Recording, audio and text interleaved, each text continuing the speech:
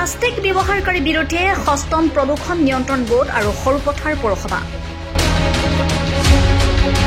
সৰুপথাৰ নগৰত প্লাষ্টিক ব্যৱহাৰকাৰী ব্যৱসায়ীৰ বিৰুদ্ধে সষ্টম ৰূপত থিয় দিছে সৰুপথাৰ পৌৰসভা আৰু গোলাঘাট জিলা প্ৰদূষণ নিয়ন্ত্ৰণ বোৰ্ড।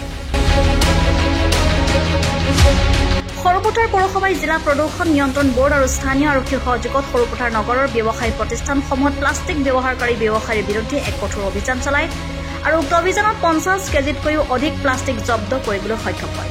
সৰুপথাৰ পৌৰসভাৰ কাৰ্যবাহী বিষয়া নিকিতা বৰুৱাই কয়, প্ৰদূষণ নিয়ন্ত্ৰণ কৰাৰ ক্ষেত্ৰত এইসমূহ অবৈধ বস্তু বন্ধ কৰাটো অতি আৱশ্যক। সমগ্ৰ অভিযানটোত সৰুপথাৰ পৌৰসভাই সৰ্বাধিক প্লাষ্টিক ব্যৱহাৰকাৰী ব্যৱসায়ীৰ পৰা প্লাষ্টিকসমূহ জব্দ কৰাৰ লগতে জৰিমনা বিহে।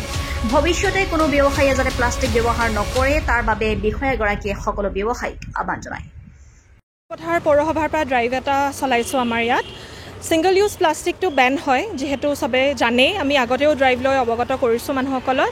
যোনে যোনে শুনা নাই আমি আজি চিজ কৰিছোঁ আৰু ফাইনো কৰিছোঁ। আমাৰ লগত পলিউশ্যন কণ্ট্ৰল বৰ্ডৰ মানুহো আছে, আমাৰ সৰুপথাৰ থানাৰ পুলিচ পাৰ্চনেলেও আমাক হেল্প কৰিছে মানে আমাৰ ড্ৰাইভটো চলাবলৈ, বস্তু চিজ কৰোঁতে আৰু ফাইন ল'বলৈও। আৰু বাকী চবকে এৱেৰনেছো কৰা হৈছে যাতে তেওঁলোকে এনেকুৱা ইলিগেল বস্তু মানে আৰু ভৱিষ্যত নাৰাখে।